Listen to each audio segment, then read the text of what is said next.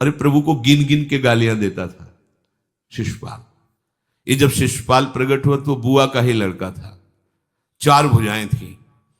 तो इसके जन्म उत्सव के समय फिर श्री कृष्ण बलराम जी भी गए हुए थे। तो आचार्य ने जन्म कुंडली उस समय बाची कि महावीर होगा, ऐसा ऐसा सब वर्णन करते रहे और कहा ये उन्हीं के हाथ से मारा जाएगा जिसकी गोद में डालने पर इसकी 2 भुजाएं हट जाएंगी। तो वहां जितने आए हुए थे रिश्ते नातेदार, समाज के श्रेष्ठ श्रेष्ठ जन, सबकी गोद में शिशुपाल को, और जे भी भगवान श्री कृष्ण की गोद में डाले 2 भुजाएं गिर गई।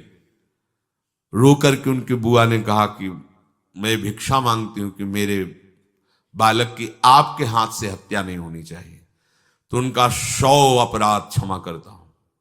तो उन्होंने सोचा 100 अपराध काहे को करेगा,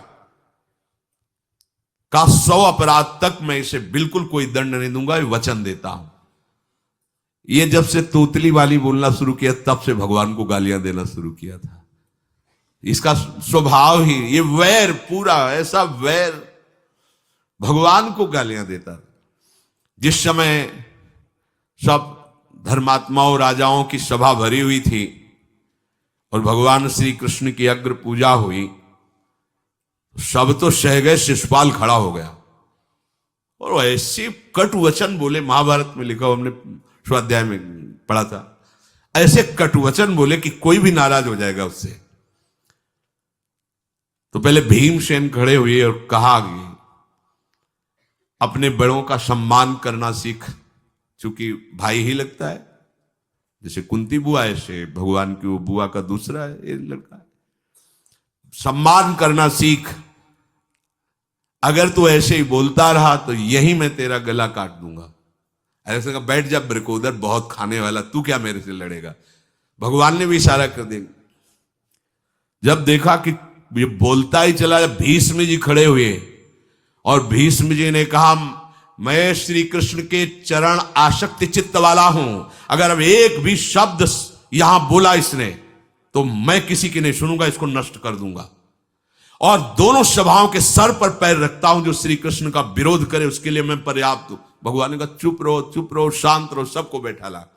वो गिनती शुरू किए थे, 98, 99 का शिशुपाल सावधान, जो तुम्हारी माता को वचन दिया था बस एक शब्द रह गया है, आगे मुझे दोषी कोई न ठहराए। 100 तक क्षमा करने की बात कही थी। जे ही, वो तो रुकने वाला थोड़ी था, जे ही आगे बोला, सुदर्शन जी के द्वारा उसका वो परम उद्धार हुआ जो बड़े बड़े ऋषि मुनियों के लिए बड़ा दुर्लभ पद कहा गया है। गोपीजनों ने सौंदर्य माधुर्य निधि भगवान को अपना कांत माना, प्रीतम माना। एक ही वृत्ति, कितनी गजब की वृत्ति गोपीजनों की है कि सब कार्य करते हुए कृष्णाकार वृत्ति है। बेचने दही जा रहे हैं, बोल रहे कोई कृष्ण ले ले, दामोदर ले ले, माधव ले ले। कैसी वृत्ति है, देखो कैसी उच्च कोटि की अवस्था है। किसी भी भाव से हमारे प्रभु से जुड़ जाए तो इच्छा द्वेष दोनों से वो मुक्त हो जाए। और जब तक ये ठीक है ये बेठीक है, इस तरह के द्वंद्व तुम्हारे हृदय में बने रहेंगे, तब तक मूढ़ता रहेगी और उससे पतन होता रहेगा। संसार का संबंध दृढ़ होता है इच्छा से।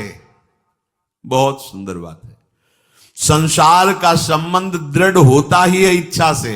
इच्छा खत्म, संसार का संबंध खत्म। कितनी बढ़िया बात है। पर हम भागे घूम रहे हैं इच्छाओं की पूर्ति के लिए। जब एक बता दिया कि समुद्र है भगवान, जो चाहिए इन्हीं से क्यों नहीं, पर इनसे मिलने के लिए भी तुम्हें शराब छोड़ना पड़ेगा, तुम्हें मांस छोड़ना पड़ेगा, व्यभिचार छोड़ना पड़ेगा, गंदे चिंतन छोड़ने पड़ेंगे। वो राजी नहीं हो तो करो पाप और चाहो सुख। ऐसा कैसे हो सकता है? यही है जीव की परेशानी, यही है। वो ये चाहते हैं कि हे संत महात्मा, हे भगवंत, हमको छूट दो, हम खूब गंदे आचरण करें और आप हमसे सेव संतरा रुपया पैसा ले लो और आप ऐसा आशीर्वाद दो कि हमारी उन्नति होती रहे, दुख न मिले, हमें सुख ही मिलता है। कभी स्वप्न में भी नहीं हो सकता। तब लग कुशल न जीव कहूं, सपने हूं मन विश्राम, जब लग भजत न राम कहूं, शोक धाम तज काम। ये दुखों का खजाना काम अर्थात इच्छा, इसका त्याग करके भगवान की शरण में होकर जब तक नाम जप नहीं करोगे, स्वप्न में भी तुम्हें विश्राम नहीं मिलेगा। और नाम जप एक गंदे आचरण करने वालों के हृदय में नहीं हो सकता। नाम परम पवित्र है। ये तभी होगा जब आपका खान पान सात्विक हो, आपका वातावरण सात्विक हो, आपका बोलना उठना बैठना सब सात्विक हो, तब नाम भगवान कृपा करेंगे आपकी जिह्वा। फिर कौन सी इच्छा रह जाएगी, कौन सी इच्छा रह जाएगी? अरे आप विश्वास कीजिए, ये जितनी इच्छाएं हैं सब स्वाप्निक हैं। जब आप सच्चा विवेक धारण करेंगे तो आपसे पूछा भी जाएगा कि जबरदस्ती केवट से कह रहे ले लो, वो कह रहा आप कछुनाथ न चाहिए मोरे, नहीं चाहिए। प्रहलाद जी कह रहे वरदान मांगो, हमारी आज्ञा का पालन करो, तो कह रहे हाँ आपकी आज्ञा का पालन करता हूं, हे नाथ मुझे यही वरदान दीजिए कि आपसे भी कोई इच्छा न रहे। ये वरदान मांगा कि आपसे भी कोई इच्छा। आप सोचो क्या है ऐसा भागवतिक रस कि जिसको वो मिला तो भगवान से भी कह देते। और भक्त तो बड़े विचित्र विचित्र है, वो भगवान से कहते तुम्हारी इच्छा क्या है प्यारे, बोलो हम पूर्ण करते हैं। तुम्हारी इच्छा क्या है, हमारी तो कोई इच्छा ही नहीं, आप बोलो आपकी इच्छा क्या है, आप क्या चाहते हो, मैं कैसे आपको रिझाऊं। ये जब कामना को लेकर के मनोवृत्ति का प्रवाह संसार की तरफ होता है, तब ये कामना ही हमें राग द्वेष में बांध देती है। जो महापुरुषों ने उपासना करके शास्त्र स्वाध्याय करके अनुभव किया है, उसे ध्यान से सुनो। इच्छाओं से बचने का उपाय, इच्छा ही आपके बंधन का कारण है, इच्छा ही जन्म मरण का कारण है। इच्छाओं से बचने का उपाय, कर प्रमाद मत बनो आलसी, करो सुचारु रूप से काम, अपना काम स्वयं करने में लाज बड़प्पन तजो तमाम। पहली बात, शरीरधारी को किसी दूसरे शरीर से अपने शरीर की सेवा तब तक नहीं लेनी चाहिए जब तक बीमार ना हो जाए, असमर्थ ना हो जाए, चाहे गृहस्थ में हो चाहे विरक्त में हो। ध्यान दीजिए, आप चाहे आपकी पत्नी हो, पुत्र हो, परिवार हो, आप उनके सेवक हैं, क्योंकि वो सब प्रभु के जन हैं। इस भावना से रहोगे, कभी नाराज नहीं होगे, कभी गुस्सा नहीं आएगा, कभी झगड़ा नहीं होगा। अगर आप अपने को ये माने कि प्रभु मेरे इस रूप में आए हुए हैं, मुझे अपने कर्तव्य का पालन करना है, तो कहीं झगड़ा नहीं हो सकता। तुम जो कर रहे हो तुम्हारा कर्तव्य, हमारा कर्तव्य है कि हम पति पुत्र परिवार आदि जो भी है, ये हमारे भगवान का स्वरूप है। मैं आप समझो वही भगवत साक्षात्कार, पर ऐसा कौन मानता है। अच्छा, साधु वेश में ये जरूर सावधानी रखनी चाहिए, ध्यान देकर सुनिए। जब तक आपका शरीर स्वस्थ है, आप किसी से किसी भी प्रकार की सेवा स्वीकार न करें। भिक्षान्न के सिवा कोई भी सेवा स्वीकार न करें। अपने शरीर की सेवा तब तक करें जब तक आपका शरीर असमर्थ नहीं हो जाता। असमर्थ हो गए तो फिर हरि ही करें आकर स्वयं, या किसी को भेज दें, उनके बस की बात है। देखो माधवदास बाबा की लंगोटी स्वयं श्री ठाकुर जी महाराज धो रहे हैं। तब तक हमने अपने बड़े संतों को देखा है, बिल्कुल किसी भी तरह की कोई सेवा नहीं स्वीकार करते। अपनी दिनचर्या अपने हाथ से, अपने शरीर की पूरी। आपको क्या हो गया है, आप भी वैसे ही चलो जैसे गुरुजन चले हैं, भिक्षान्न के सिवा। आप अपनी किसी भी तरह की सेवा किसी से मत करवाइए। आप देखो इच्छाओं का दमन होना शुरू हो जाएगा, यहीं से इच्छाओं का दमन शुरू हो जाता है। आप सच्ची मानिए, ये जो आप शरीर सुख की आकांक्षा से दूसरे से सुख लेने की इच्छा करते हैं, यही तुम्हारे बंधन का कारण है, यही तुम्हारी दुर्गति, यही तुम्हारी कमजोरी है। जब तक शरीर स्वस्थ रहे, किसी से किसी भी तरह की सेवा मत लो, और अधिक से अधिक सेवा करने का भाव रखो। सुधार, हमें सेवा करना है, सेवा लेना नहीं है। जब तक सेव्य का साक्षात्कार ना हो जाए या शरीर असमर्थ ना हो जाए, तब तक ये नियम दृढ़ रखना चाहिए।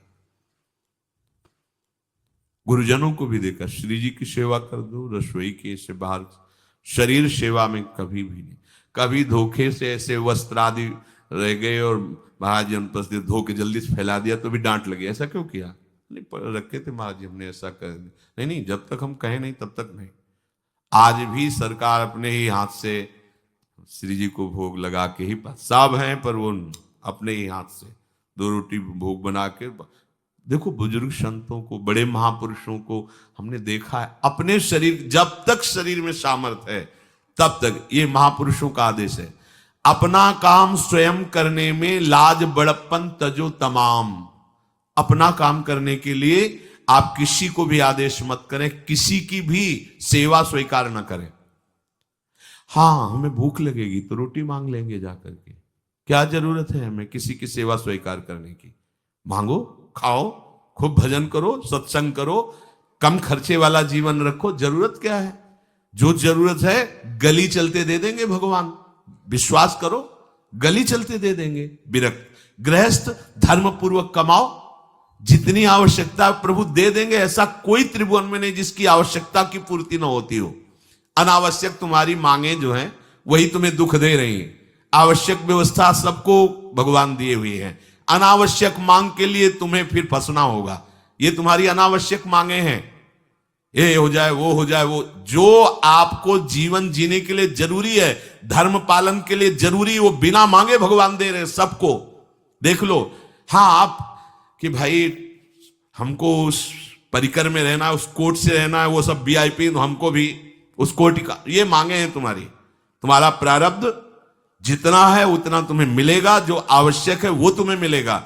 अनावश्यक मांगे करोगे फंसोगे, अधर्म में कूदना पड़ेगा तुम्हें। हाथ पैर सब साधन प्रभु ने दिए, दया कर तुम्हें समान, फिर क्यों उनसे काम न लेते, क्यों रखते हो झूठी शान। तुम्हारी सेवा के लिए तुम्हारे पास हाथ है, तुम्हारे चरण हैं, तुम्हें बुद्धि दी है, दूसरे से क्यों सेवा स्वीकार करते हो? प्रभु ने दया करके उद्धार के लिए तुम्हारे पास पूरी सामग्री दे दी, उसका प्रयोग करो। तन मन दोनों का हित करता, निश्चय शारीरिक श्रम युक्त। देखो ये है, जिसने अपना परम मंगल ठाना है वो शरीर को कभी प्रमाद में नहीं रखता, चाहे गृहस्थ हो चाहे विरक्त हो। ये आलस्य प्रमाद किसी के लिए भी ठीक नहीं है। नियत समय तक सो जाओ, इसके बाद खूब मेहनत करो, चाहे गृहस्थ हो चाहे विरक्त। विरक्त हो तो खूब नाम जप, वाणी पाठ, ब्रह्मचर्य से रहना, आसनों में बैठना, हाँ सेवा करना, शारीरिक श्रम नहीं, खूब सेवा करो, धाम की सेवा करो, नालियां साफ करो, गलियां साफ करो, जो सेवाएं में इसे श्रम करो। ब्रह्मचर्य पचाने के लिए श्रम भी तो होना चाहिए। श्री जी की प्राप्ति के लिए मन वचन कर्म से श्री जी के चरणों का आश्रय लेकर के जितना आप अन्न डालते हो उतना आप इसका प्रयोग करो शरीर का। इससे ममता मत रखो। खूब धाम, पुराने संतों को देखो, सोहनी पकड़े कहां कहां तक परिक्रमा में लगा। हमने देखा है एक हरिदासी महात्मा थे, पीछे पानी घाट की तरफ उनकी छोटी सी कुटिया, किलोमीटर तक ऐसे ही सोहनी लगा रहे। वृद्ध वृद्ध महात्मा सेवा करें। अपने लोग जवान महात्मा होकर, शरीर स्वस्थ होकर बेइज्जती सम, अगर सोहनी पकड़ के खड़े हो जाओगे गली में तो आपको लगेगा अपनी बेइज्जती हो रही है। वाह, कितनी बड़ी इज्जत है हमारी। स्वामिनी के महल की वीथियों में सोहनी लगाने में तुम्हें बेइज्जती लग रही, और आचार्य चरण याचना कर रहे हैं। यत्किंकरीषु बहुशा खलुका कुवाणी नित्यम परस्य पुरुषस्य शिखंड मौले तस्या कदापि रसनिधेर वृषभानुजायास तत्केल कुंज भवनांगण मार्जनीश्याम। लाडली जो ऐसी कृपा करो कि आपके वृंदावन धाम में कहीं सोहनी लगाने वाली, पोछा लगाने वाली मैं बन जाऊं। मांग रहे हैं। एक से कहा भैया चाहे जितना बुरा प्रारब्ध हो, यहां जो भगत आते हैं उनके जूते साफ कर दिया करो, प्रारब्ध खत्म हो जाएगा। भाई आप समझो ये वो दवा है जो बेजोड़ है, इसे कोई काट नहीं सकता। अच्छा अगर ऐसे न समझो तो हम आपको समझा रहे हैं। गुरुद्वारे में चले जाओ, चाहे जितना बड़ा अधिकारी हो, सबसे पहली जोरी सेवा यही होती है, पादुका की सेवा करो। समझे में नहीं आ रहा तुम्हें? अरे जिसे हम हंसते हंसते कह रहे हैं वही तुम्हारे बंधन काटने का कारण बन जाए, यदि मान लो बात। पर वो हम जूता साफ करेंगे नहीं। मन से हम कितने गंदे हैं ये हम नहीं देख पा रहे हैं। वो तो बाहर वृंदावन की रज उनमें पादुका में लगी। छोटी मोटी बात नहीं है। पादुका जो रखी है ये बंधनी है, आप इनको ऐसे साधारण जूते मत समझ लो, ये रज में चलते। एक दिन एक ब्रजवासिनी माई रोटी रखे, उसके ऊपर पादुका रखे, एक हाथ में लाला लिए और एक हाथ में जल का ऐसे लिए, जारे उनका अभ्यास ऐसा। अब पादुका पहन के चलने में परेशानी होती थी, तो कोई एक संत थे और बाहर से आए हुए थे, तो हंस दिए कैसे बावरी रोटी के ऊपर जूता लगा। ऐसे मतलब कितने साल हो गए ब्रजवास करते हुए? वह कई वर्ष हो गए। अरे वो जूती नहीं है जो साधारण जूती है, वृंदावन बरसाने की रज लगी हुई, इसमें ये रज लगी हुई है। तुझे रज नहीं दिखाई दे रही, जूती दिखाई दे, क्या ब्रजवास कर रहा है? डांट के चल दी। ये समझो, हम कहें कि जूती साफ करो तो हम जूती साफ करेंगे, और ये है कौन सी जूती साफ में? क्या रज है? वृंदावन बरसाने सब जगह घूमते रहते हैं ये महाभागवत जन। अगर इनकी ये गृहस्थ विरक्त मत देखो, सब लाडली जी के लाडले हैं जो यहाँ आए हुए हैं। अगर हम उनकी पादुका साफ करेंगे तो हमारा हृदय साफ हो जाएगा। पर कोई मानता कहाँ है? अपनी सेवा स्वयं करो और दूसरे की सेवा मिल जाए तो जैसे लोभी आदमी के सामने धन फेंक दे तो कैसे भागता है, ऐसे आपको होड़ लगनी चाहिए कि ये आदमी इतना न कर पाए जितना हम सेवा करें। परमार्थ में शरीर पोषण नहीं, परमार्थ में शरीर की धज्जियां उड़ानी है, अहंकार की, देहाभिमान की। राखे अपने को सदा भगवत सुमिरन लीन, सुने न जग के दोष गुण, करे न चित्त मलिन। सदैव अपने को ये देखता रहे कि प्रभु का सुमिरन चल रहा है कि नहीं अंदर। ये बहुत बड़े काहे की परेशानी, हम तो यही समझ नहीं पा रहे कि इतनी झंझटें लेकर कैसे घूम रहे लोग। अगर हृदय में राधा राधा चल रहा है, आप व्यापार कर रहे हो, नौकरी कर रहे हो, गृहस्थ हो, विरक्त हो, जो भी, अब आपको चिंता क्या होनी चाहिए? देखो ना, थोड़े दिन ऐसे चल के देखो, हर कार्य बहुत अच्छा होता है जब भगवत सुमिरन पूर्वक आप एकाग्रता पूर्वक कार्य करेंगे। हर कार्य में आपको आनंद आएगा।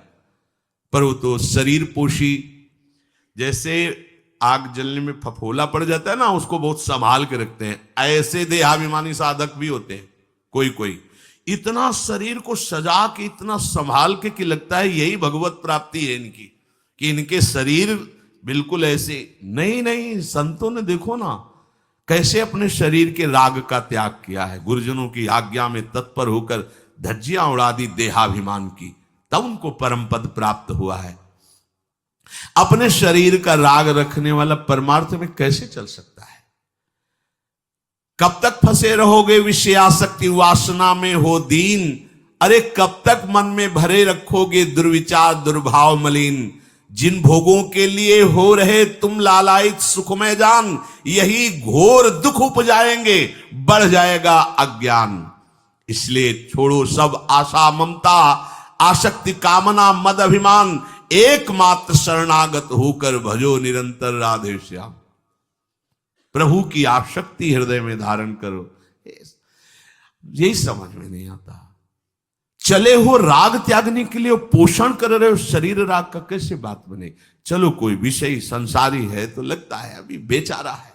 आप लोग बेचारों की लाइन में थोड़ी हो, आप लोग बेचारों की लाइन में नहीं हो। आप जितने भी, चाहे गृहस्थ हो चाहे विरक्त हो, धाम आ गए हो, दीक्षा ले ली है, शास्त्र स्वाध्याय करते हो, सत्संग, आप बेचारे हो, आप भगवत पार्षद हो।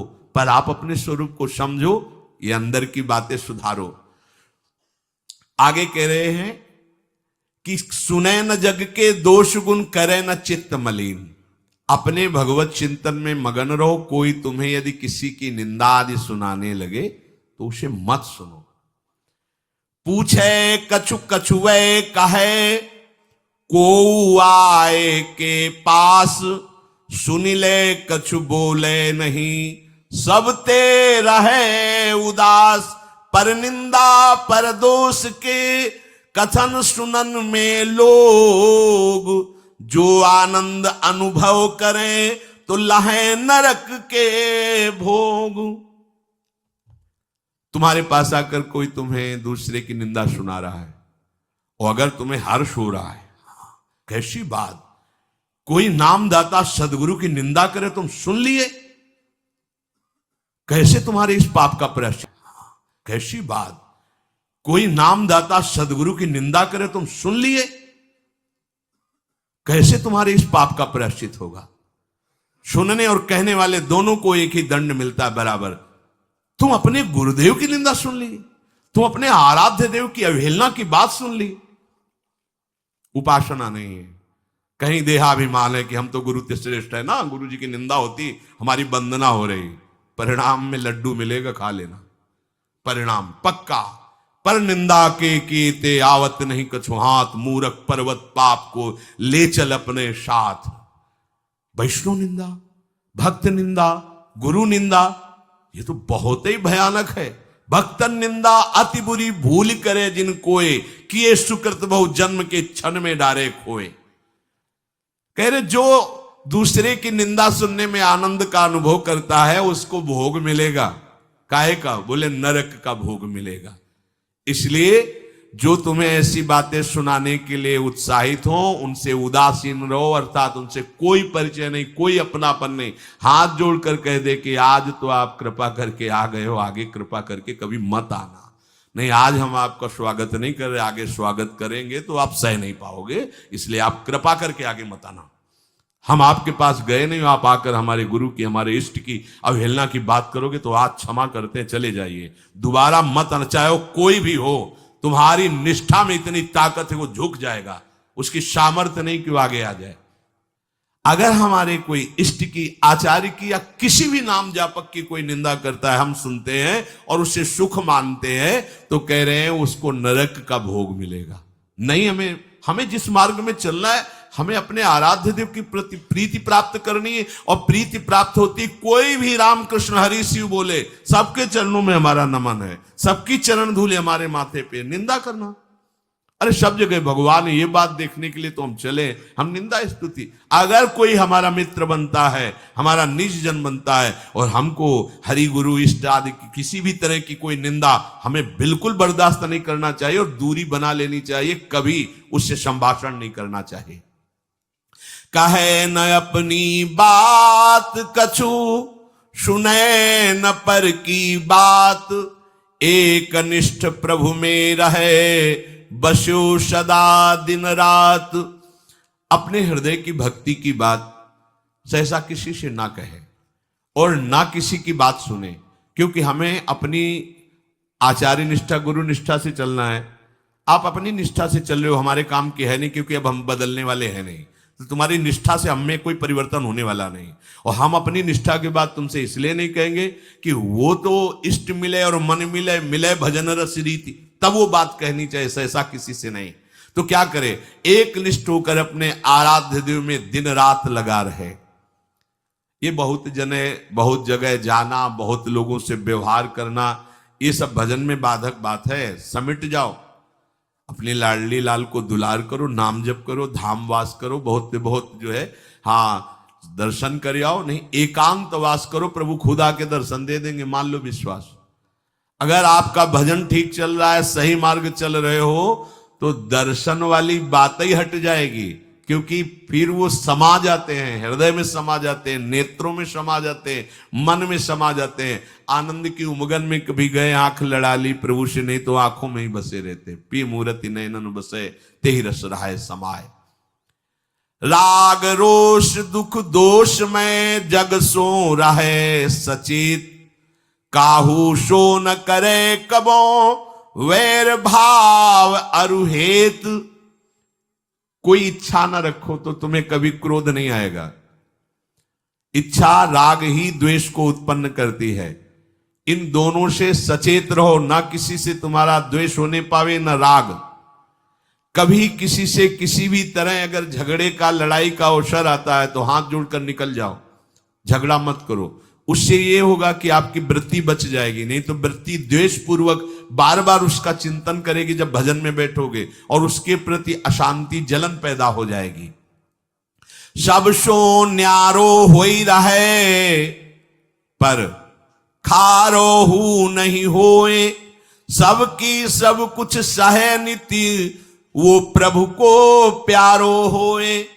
समझो बात, सबसे अलग रहो, किसी से अपना मन मत मिलाओ, केवल मन नाम से मिलाओ, प्रभु से मिलाओ, गुरुवाणी से मिलाओ। पर किसी का अपमान मत करो, किसी के लिए ऐसा कड़ुआ वचन मत बोलो कि उसके हृदय मंदिर में बैठे भगवान हैं, उसका हृदय दुखी हो जाए। सबकी सब कुछ सह लेता है जो कोई, वही प्रभु का प्यारा होता है। करे न जग चर्चा कबों, रहे सदा चुपचाप, रही इंकित निज भजे प्रभुता को सेवे आप। जो जगत की कभी भी चर्चा नहीं करता, मौन धारण करके केवल प्रभु के चिंतन में मगन रहता है, उसका भार प्रभु ले लेते हैं, उसकी सेवा आप स्वयं करते हैं। प्रभु किसी न किसी रूप में आके उनका भरण पोषण करते हैं। पै प्रभु के रस प्रेम की निर्मल गोपन बात, कहे न काहू सो कबो सहे सकल आघात। भजन में जो तुम्हें आनंद आ रहा है, जो तुम्हें स्वप्न में कोई अनुभूतियां हो रही या प्रगट में कोई अनुभूति हो रही, कभी भी किसी से भी वो बात ना कहे, क्योंकि ऐसा कहने से तुम्हारे भजन में विघ्न पड़ जाएगा। सारी की सारी बातें पचा लो। जैसे तुम गुप्त रूप से गलतियां करते हो, कभी नहीं बोलते हो, लेकिन कोई भी भागवती का अनुभूति छोटी सी भी होगी तो सभा में बोलने का मन होगा, क्योंकि उससे हमारी प्रशंसा होगी, अहंकार का पोषण होगा। बिल्कुल नहीं। भजन संबंधी कोई भी आनंद की बात, कोई भी भगवदानंद अनुभूति कभी किसी से न कहे, एकदम छुपा जाए। अगर कोई ऐसा कि हमने तो ऐसे लक्षण आप में देखे, हाँ नहीं ये तो ऐसे ही तुम्हें यहाँ हंसुआ, हमारे अंदर ऐसा कुछ नहीं। कोई भी भागवतिक वृत्ति कहीं अपने में आरोपित करके प्रदर्शन का कार्य न कर दे। सह न सके पिय की तनिक निंदा, जो कहूं होए सहज त्याग सर्वस्व करी, डारे निज को खोए। यदि अपने आराध्य देव की कोई निंदा कर रहा हो तो वहां सहन न करे। सही न सके पिय की तनिक निंदा, जो कहूं हो। संत शंभु श्री पद अपवादा, कही सुनीतास मर्यादा, काटी जीव तासु जो बसाई, श्रवण मुनि न त चले पर आई। यदि हमारे कोई आराध्य देव गुरुदेव की निंदा कर रहा है, ताकत हो तो उसकी जबान बंद कर दे, नहीं तो कान में अंगुली डाले उठ के चल दे, दोबारा उसका कभी चेहरा न देखे। भरत जी ने माता कैकेयी से कहा कि आपने हमें निमित्त बनाकर 14 वर्ष का वनवास भगवान श्री राम को दिया, इसलिए आज के बाद में कभी तुम्हें मां नहीं कहूंगा, पापिनी कभी तेरा मुख नहीं देखूंगा। भरत जैसे भगवान के अवतार परम पवित्र माता कैकेयी के लिए ऐसे कट वचन बोले, आज के बाद कभी मां नहीं कहूंगा, है पापिनी तेरा कभी मुख नहीं देखूंगा। ये जो हमारे इष्ट की निंदा कर दे, हमारे गुरुदेव की निंदा कर दे, हम उसे आदर देंगे, हम उसको बात सुनने के लिए बैठा लेंगे। हाँ और बाओ, हमें और गंदा करो। सहज त्याग सर्वस्व करी, डारे निज को खोए। अपने अपनत्व को अपने आराध्य देव में सहज समर्पित कर दे। या जग में जाके हृदय ऐसो प्रेम समाए, हरिता को अति चाव सो रखें सदा अपनाए।